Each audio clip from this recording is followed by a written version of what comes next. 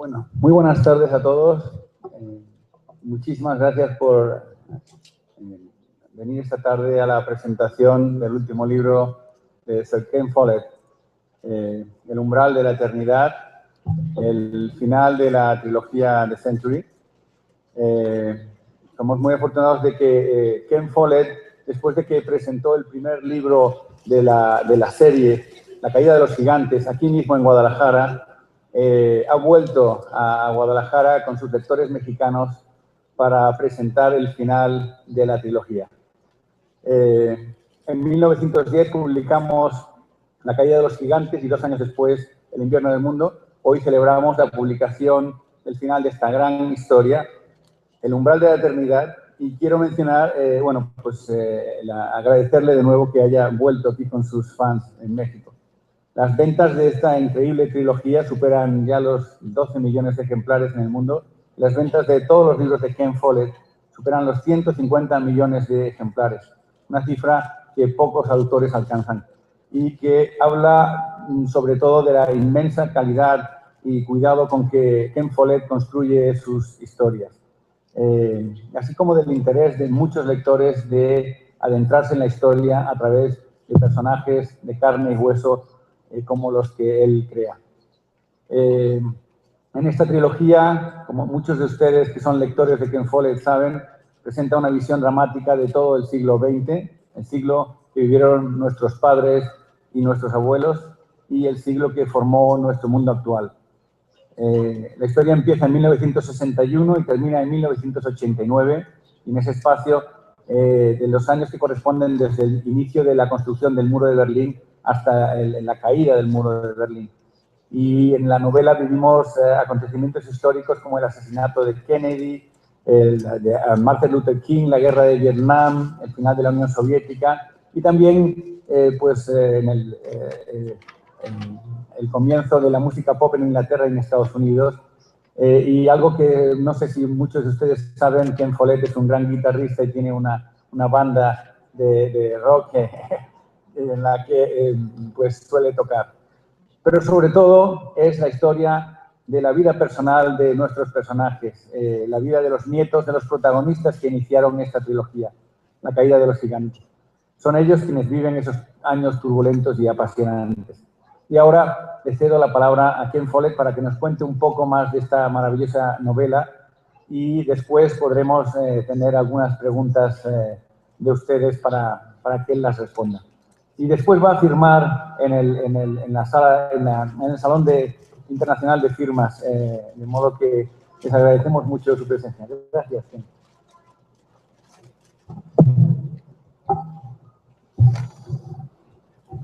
It's a pleasure to be here in Mexico. Thank you for inviting me. And it's great to be back in Guadalajara. I would like to tell you why I wrote the Century Trilogy. I wanted to write another long historical novel because that seems to be the kind of book that you like best. I didn't want to write another medieval story, not right away anyway.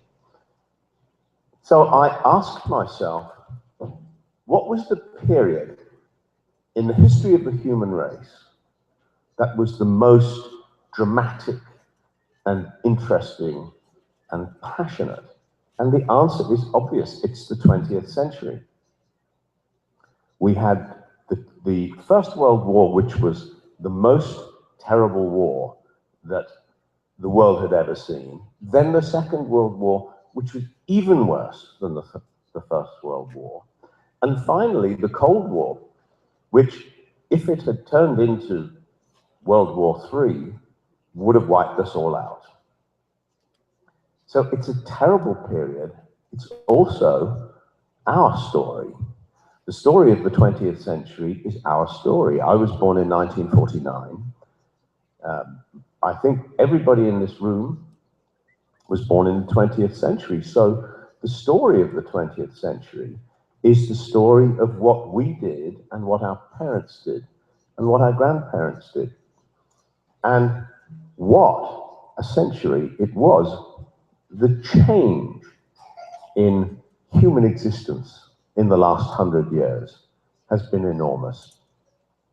My grandfather began work at the age of 13 as a coal miner in South Wales, where we come from.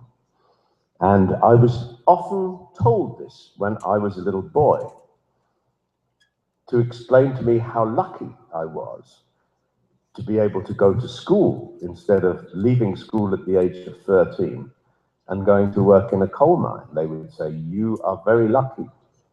As parents always say to their children, "You are very lucky." But in this case, it was true. I was very lucky that I could go to school instead of working in a coal mine. 100 years ago, there were only 3 large countries in the world that were democratic: the United States, Great Britain, and France, and some smaller countries. Most large countries in the world were ruled by kings and emperors and priests. And the idea of democracy 100 years ago was a radical new idea that most people did not believe in. What a change. Now, millions of people all over the world live in democratic countries and are glad to live in democratic countries. I realize that the whole world has not changed, but the change from 1914 is enormous.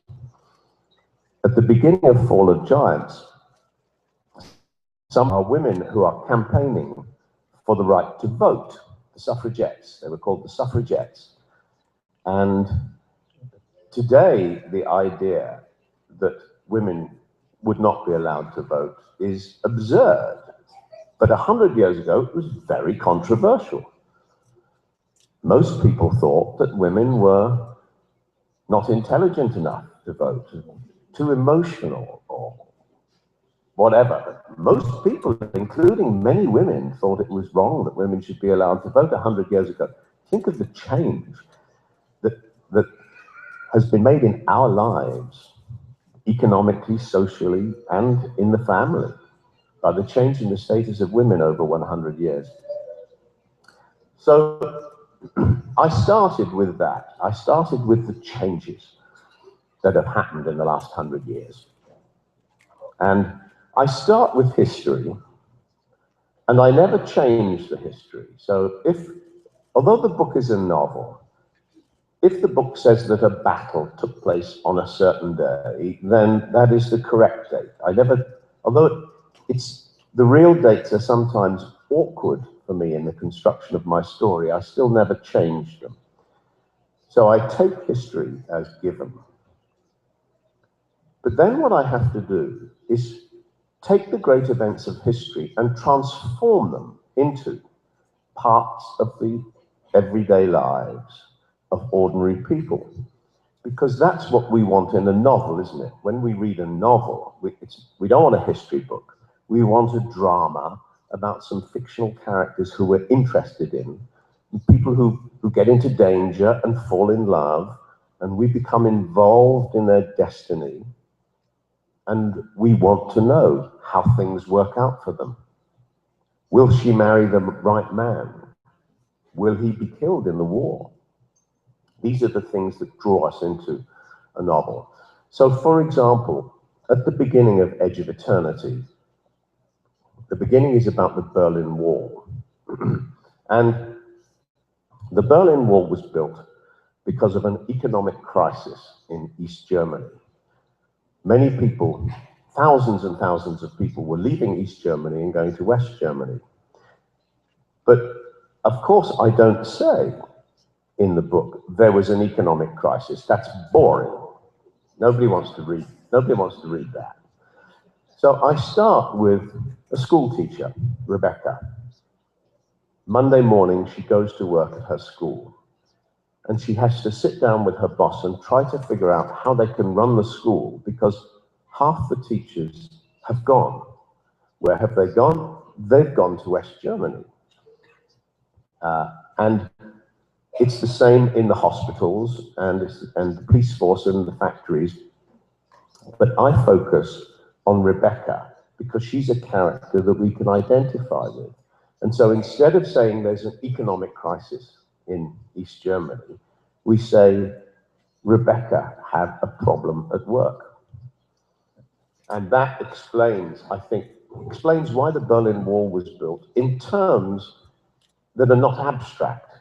An economic crisis is abstract, but a school teacher with a problem is something that we can identify with.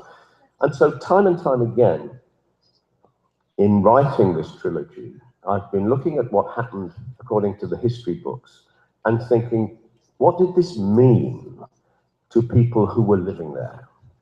And then making the history into a drama about these individual people. And I've told the story of the 20th century through the destinies of 5 families. I started at the beginning of Fall of Giants with 5 separate families: Russian, German, English, Welsh, and American. Of course, over the course of 100 years, they've all become a bit mixed up. They move from one country to another, they intermarry. But families are still very important. And you may say, why families? Because, of course, there are many characters in literature, many great characters in literature who don't really have a family. Robinson Crusoe, Don Quixote, James Bond. James Bond has no mother and father, he has no brothers and sisters, has no kids. And he has, of course, a different girlfriend in every book. So there can be really good books written about loners, but I prefer my characters to be part of a family because I think it's more touching. So when Rebecca decides to escape from East Germany by crossing the Berlin Wall, her family's very worried. Her mother thinks, but you may be killed. This is very dangerous. And her brother thinks, how are you going to do it? How are you going to get by the guards with their machine guns? And so, because her family are worried about her, I think it's more moving than if she's just worried about herself. Because we can all identify, can't we, with worrying about a child or a sister or brother, worrying about somebody else in the family who's doing something dangerous. It's easy for us to imagine that. So that's why my characters are always part of a family, even in my early thrillers, which were much more like James Bond stories. Even then, the hero of Eye of the Needle, for example, was a young woman with a 4-year-old child. And the child was with her all the time, all through the adventure. So I find that more touching. The other nice thing about the families is that we have in the trilogy 3 generations. And our kids are one of the most important things in our lives, aren't they? If you ask people, what's the most important thing in your life? Maybe some people would say money or love or my career or sex. Most people would say my children are the most important thing in my life. That's what I worry about, and if they're happy, I'm happy. And so in the trilogy, in Winter of the World, the principal characters are the children of the characters in Fall of Giants. And in the new book, in Edge of Eternity, the characters are the grandchildren, and so we see how their kids turn out. And I've enjoyed writing that aspect because it's something that I think about all the time, and I think many of my readers think about all the time. It's taken me 7 years to write this trilogy, and it's 1 million words. I'm very glad that you liked the first 2 books. Well, I was very relieved because, especially the first book, I was a little worried. I didn't know if I could do it. I didn't know if I could tell the story of a century in the form of fiction. And in fact, at the beginning, I tried to find other authors who had done the same thing, and I realized that nobody else had done it, except for William Shakespeare.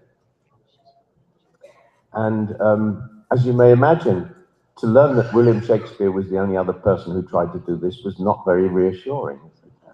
did not make me feel good. Anyway, you seem to have liked the first 2 books, and I hope you like the 3rd book. And if you have any questions to ask me about these books or any other books, or anything else within reason, I'll be very happy to answer. Thank you.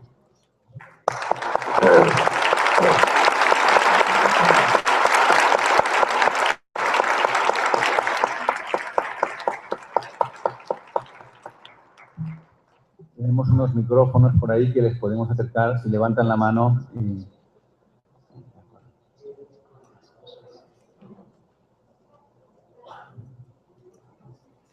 Gracias por estar aquí, Ken. Es un placer conocerte en persona y creo que te conocemos mucho a través de tus caracteres, de lo que nos dejas conocer de tu visión de la mujer y del hombre. Y hoy precisamente quisiera yo preguntarte sobre algo que desconozco de ti. No quise buscarlo en Wikipedia ni nada. ¿Por qué eres Sir Ken Follett? ¿Y cómo te ha cambiado este título como escritor? Gracias. Well, I have to tell you that I'm not Sir Ken, and so the title hasn't changed my life because I don't have a title. I'm just plain Ken Follett.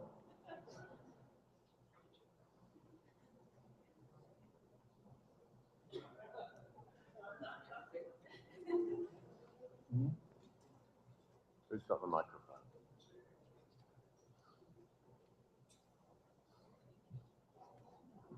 Aquí. Hola, muchas gracias por estar aquí. Bueno, creo que mi principal pregunta es, en el primer libro empieza con familias que son de diferentes países del mundo que se van conociendo, pero yo supongo que al ser inglés, pues esos personajes fueron los más fáciles de escribir para usted, pero ¿hubo alguno con el que batallara más para identificarse, que tardara más, por ejemplo, a la hora de qué estará pensando o cómo es la situación en su país?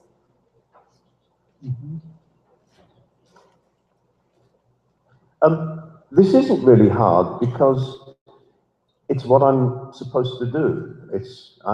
I use my imagination to try to understand what life is like for people who are different from me. And that's what all authors do. I write about people in different countries. I write about women as well as about men. I write about gay characters sometimes.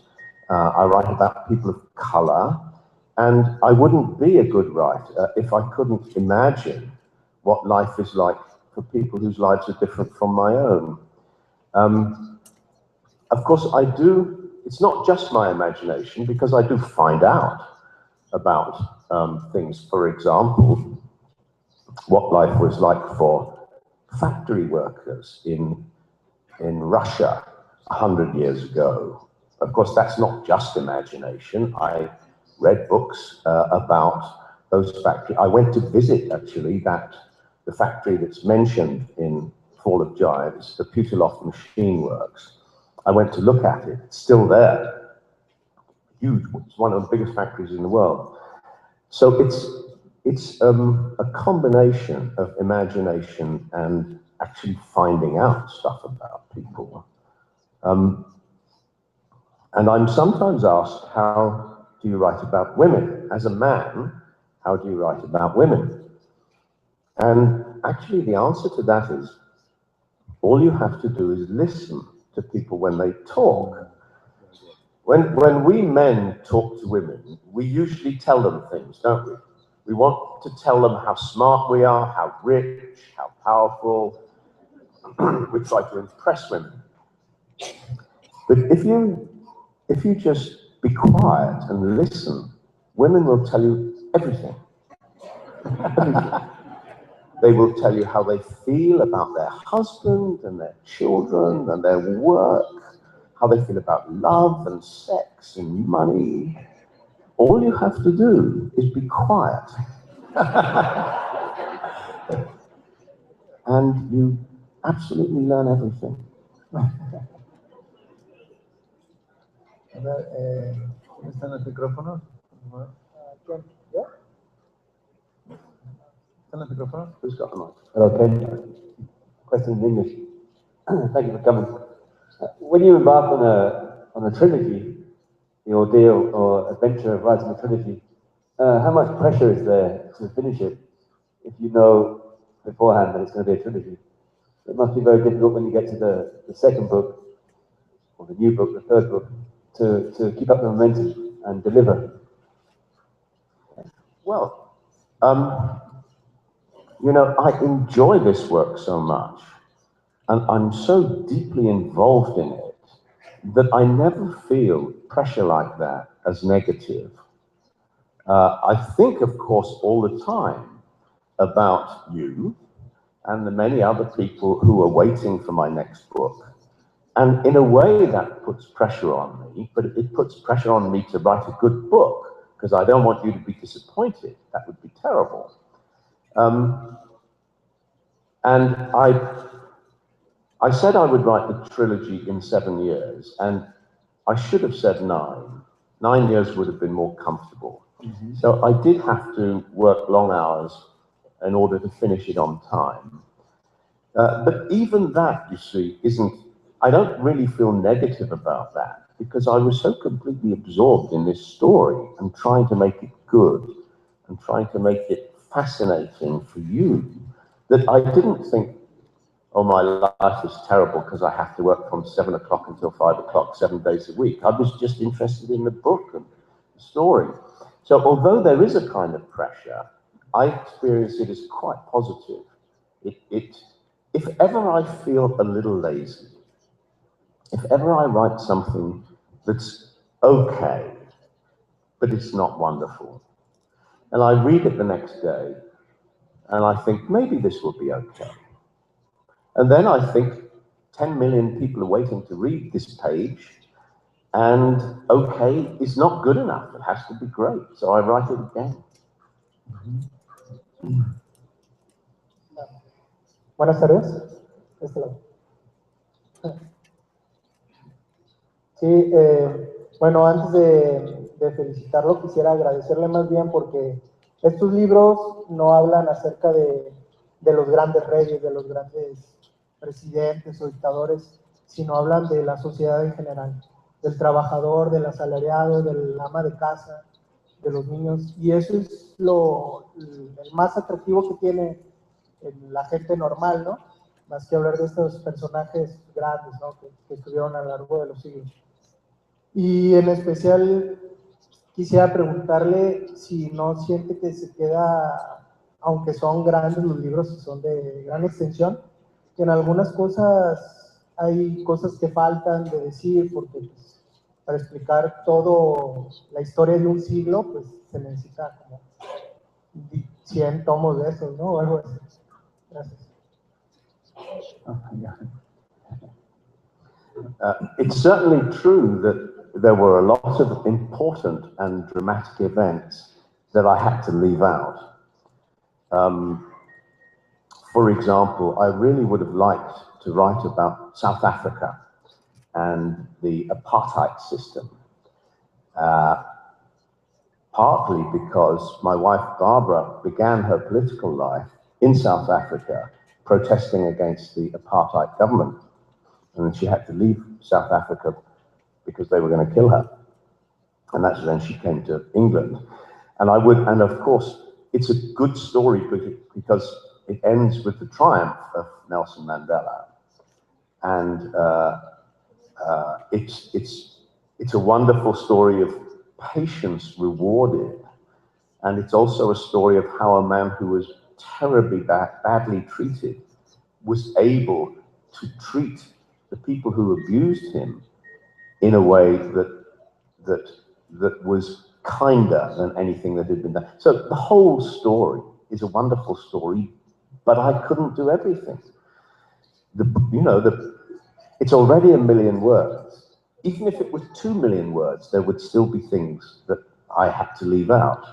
There would still be important and interesting and intriguing stuff that I could have included. So You're absolutely right. There's a lot that's left out, but maybe somebody else will write about that.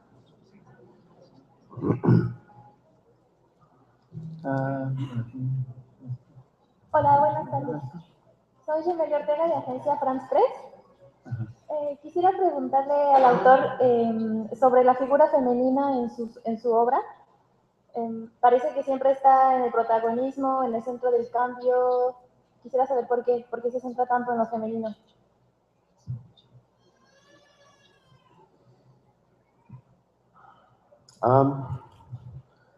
Well, when I started writing 40 years ago, it was very unusual for a woman to be the hero of a thriller. And my first successful book was Eye of the Needle, in which the hero of the story is a woman, and it's the woman who has to kill the dangerous Nazi spy. And that was very unusual in those days. But it made it a much better story. Originally, I thought that it would be a battle between two men. And then I thought, there's so many books like that, in which two men have a big fight at the end. That's kind of boring. And I thought of making the woman the hero of the story, and it made it so much more interesting.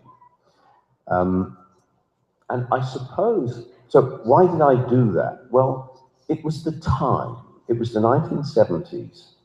And I remember the moment when what they call the second wave of feminism began. When I was at university, we were all very political, and we believed in equality and democracy. And one of these meetings we were having about the Vietnam War or something, somebody said, if we're all equal, how come it's always the women who make the tea? And I thought, oh my God, it's true. The women always make the tea. Why is that? And I was kind of amazed. And so that change, that moment when women started to demand something different, happened when I was really young, 20 or something. And when you're young, you accept change, you embrace it.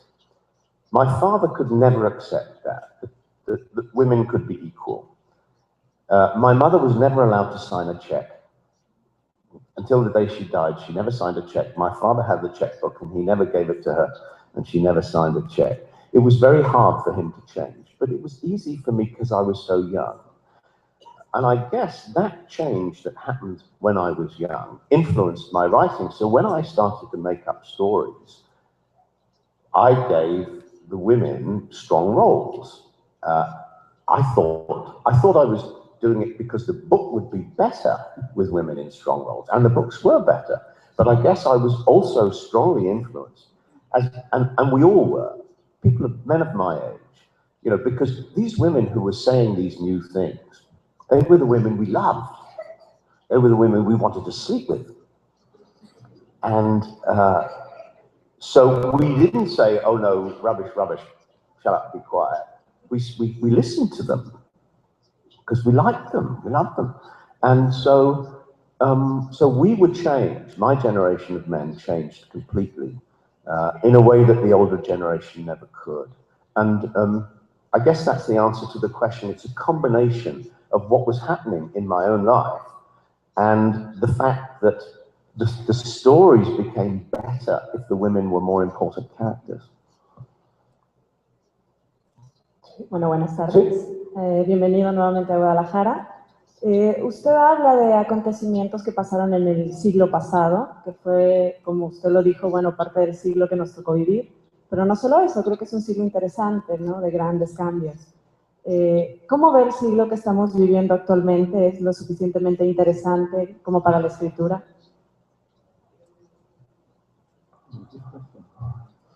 Well, in 100 years' time, there will be another, I'll be dead, but there'll be another writer who will look back on the 20th century and say what an interesting period this is, and who will write historical novels about the 20th century. The problem for me is that if I think about the big political issues of today, they're not resolved. So the story doesn't have an ending. So to write, for example, to write a novel about the Middle East, I think is impossible for me because I don't know how it's going to end. What will happen to Syria and Lebanon and Gaza and Israel and Egypt? What's going to happen to these countries? Nobody knows. The story hasn't ended yet. And a novel must have an ending. It must have resolutions. So for me, at the moment, I don't see how I can write a story set in the present. But I reserve the right to change my mind. Sí, sí, muchas gracias por su obra. A mí me gustaría preguntarle un poco más sobre su método de trabajo.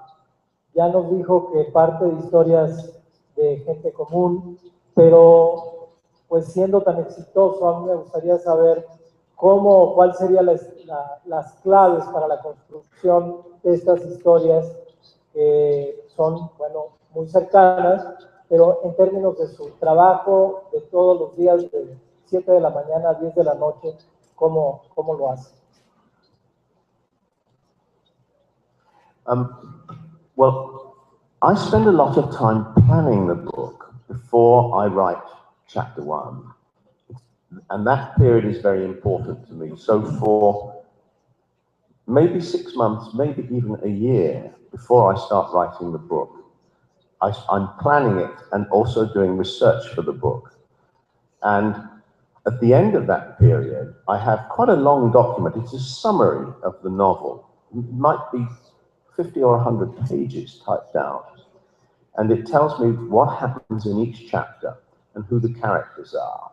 So that I sit down to write chapter 1 and I look at my summary and I read the first line and then I write that scene. It suits me.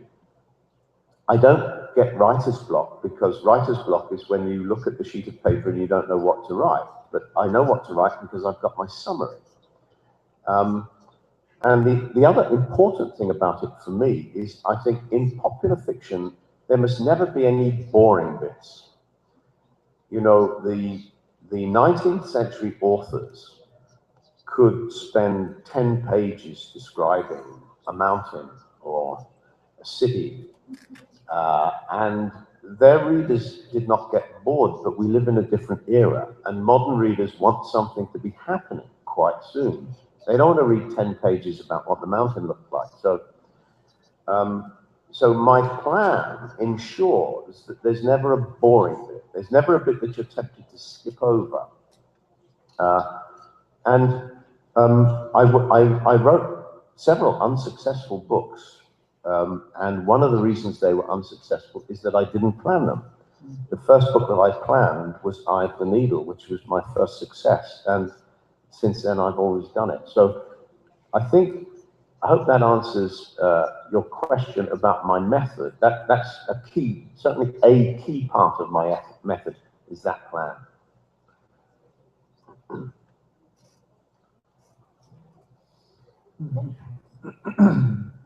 Hello, Davia here. It's not really a question, but you previously said that it took you about 7 to 9 years to write the trilogy, but you always write your books so interesting, to say the least, that I read the the previous book, Winter of the World, like in 3 weeks. And I don't know how you feel about that, if you took so much time to write your book to people or just read it so quickly and be hoping just, oh, when does the next one come out? Well, thank you. I'm pleased that you read it in 3 weeks, because that meant that you were very interested in it. And the books that we don't like, we put them down, and then 6 weeks later we realized we still haven't read any more of that boring book. So I don't mind that you read it in 3 weeks.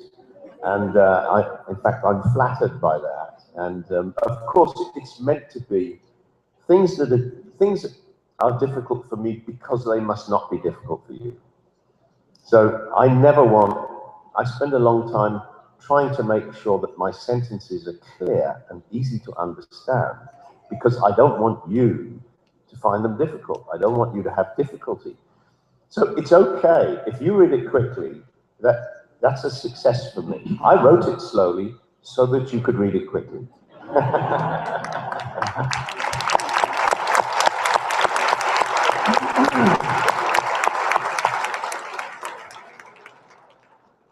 Por el contrario, yo le agradezco que se tarde en escribir, porque cada vez que tomo un libro, no puedo hacer nada hasta que lo termino. A veces en una semana.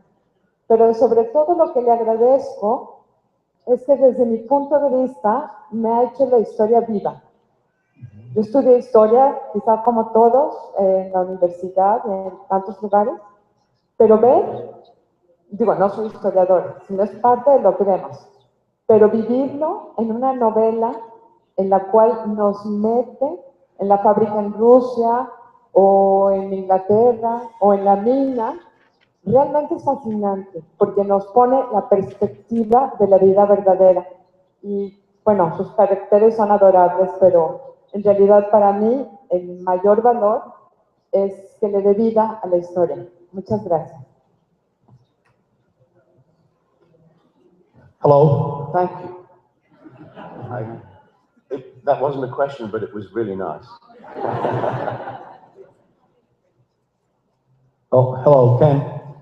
I really love your books. Those are amazing. And my question would be, you came from middle age, from Pillars of the Art, War Without End, now this trilogy. What should we be expecting next one? Well, I finished Edge of Eternity last Christmas, so for almost a year now, I've been working on another story. The story begins in the town of Kingsbridge, which is the fictional town where The Pillars of the Earth is set, and World Without End. World Without End takes place 200 years later than The Pillars of the Earth, and the story I'm thinking about now takes place another 200 years later. So it's the 16th century, a very exciting and violent time. There were many people who wanted to kill the Queen of England, Elizabeth I. Many people wanted to kill her, including King Philip of Spain. And so she set up the first secret service to protect her. And it was very successful because she died an old lady. Nobody killed her. So my story is in part about spies and secret agents, but in the 16th century, when spies and secret agents were pretty much the same as they are today, except that everything happened more slowly. So when they sent their secret messages from Paris to London, instead of taking 10 nanoseconds, it took 10 days. In other respects, it's very similar. So it'll be a long historical novel, but one aspect of it will be that secret work, which I find intriguing and dramatic.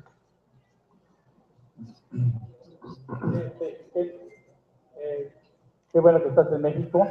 Felicidades por tus publicaciones. Yo te voy a comentar algo sobre los pilares de la tierra y el mono sin fin.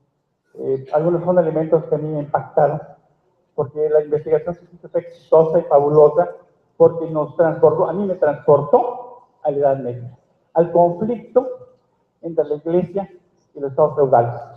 El conflicto de intereses tan importante que hubo, el cómo la mujer estaba en un término menor, como comentas, más en esa época, y eso pues sí fue una situación diferente. Una pregunta, hay dos elementos de video de estos libros, Los Pilares de la Tierra y de Un Mundo Sin Fin. ¿Tú participaste directamente en la edición de los libros o ya en el argumento como tal? Porque casi siempre pasa que los autores muchas veces se les deja a un lado elementos que cuando leemos el libro y nos vamos a estos seriales, ¿qué sucede? Que se cortan ideas muy importantes y trascendentes, las cuales vamos a perder. Y en el caso, a mí me parece excelente lo que tú manejaste, pero sí me gustaría saber es que va a haber publicación de video hacia esta trilogía tan importante que tú estás manejando, para que la ponemos, porque en México siempre sabemos que tarda un poco más de tiempo en el trabajo. Gracias.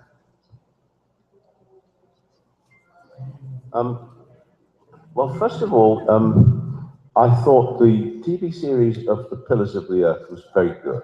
I really enjoyed it. I thought it really kept the spirit of the novel. World Without End was not quite so good. It was okay, but it was not quite so good. As an author, I don't interfere in the making of the television series, and that's because I figure I don't know as much about it as they do. They tell stories in pictures, and I tell stories in words, and it is a completely different skill. And they have that skill and I don't. So I don't, although I'm interested and I go along to watch the filming and I read the script and I'm interested in who the actors are going to be, of course, I don't actually try and tell those people what to do because I figure they know their job better than I know mine. It is always worrying for the author when they make a film or a miniseries because I'm like all other authors, we worry. We know they're going to change the story, and we worry about how they'll do it. Will they be careful, or will they mess it up? And sometimes they do. I've had some really bad television shows made of my stories, which I hope you haven't seen. But I've had a lot of good ones as well. And the trilogy is being made into a television series by Sony and ABC, the American network. It's in the early stages yet. We made the contract about 6 months ago, and the scriptwriter, who's called Anne Peacock, is writing the script right now, and we hope there'll be a pilot episode by February 2016. We'll see. And I look forward to this. It's always an adventure. Occasionally, it's so bad that I want to weep. But most of the time, it's pretty good. And I have high hopes for the Century Trilogy on television. We have 5 minutes only, and I just wanted to ask him a very short question. Yesterday we were here remembering Garcia Marquez, and someone talked about his work as a journalist and how important it was for his work as a novelist. And you were a journalist, you began as a journalist, and what did you learn from your job as a journalist for your work as a novelist, both for your prose and the research and everything? Well, working as a journalist, I learned about interviewing people, which I still do, of course, when I'm doing research for the books. And I learned about finding things out. I acquired the belief that all journalists have that you can actually find out anything if you try hard enough. Most important thing about being a journalist was that I was writing every day for 5 years. And you can't help but become more fluent as a writer if you're doing it all the time. And so that was a big help to me. The style of journalism, of course, is completely different from the style of novels. And at first that was a problem for me because my early novels were all too short and too brisk. And I had to learn a different style, a more slow-moving style, more detailed and more emotional style, before I could write a good novel. But I eventually overcame that problem. And overall, I think being a journalist was a help to me. The other thing is that if I'm really busy on a book and I don't want to stop, but I have to fly somewhere, I can write in the airport and on the plane. It doesn't make any difference to me. Because, of course, when you're a journalist, you work in a big office and all around you, people are making phone calls and talking and shouting.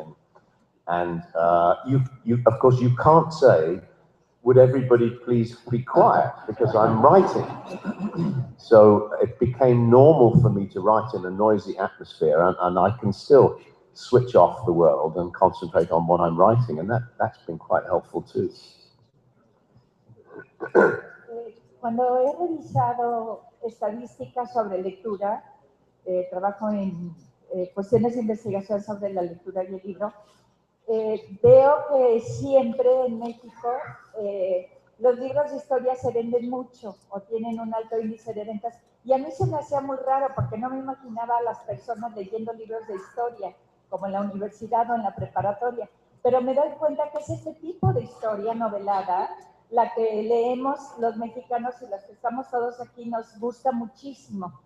Yo encontré a las familias que usted comenta en sus libros muy interesantes, pero particularmente a la familia inglesa que tiene relación con los galeses, y me da la impresión que es un poco autobiográfica, no lo sé, y encuentro también el carácter de la madre de Lloyd Williams, porque ya casi termino de leer el último libro, un poco inspirado en su esposa. ¿Estoy en lo correcto? Oh my God. Yes, you're talking about Ethel, who does resemble my wife Barbara in some ways. I mentioned earlier that my grandfather was a coal miner like Billy Williams in Fall of Giants, and quite a lot of bits of that Welsh family story come from my own life. And of course the town where they live, which is called Aberowen, is based on the town where my mother was born, a town called Mountain Ash, where there is a coal mine and a river and steep hillsides. My mother remembered when she was a little girl, she remembered lying in bed in the morning and hearing the miners from the night shift walking home through the streets and singing. And they sang very beautifully in harmony, 4-part harmony, because they could. And there's a tradition among Welsh people of singing, and that memory of my mother's, which she told me, sort of conjures up for me the atmosphere in that little town in the 1920s when my mother was a little girl. But let's get back to Ethel now. In my books, there's always a woman who is brave and smart and feisty and sexy. And they all have different names, but they are all actually my wife, Barbara.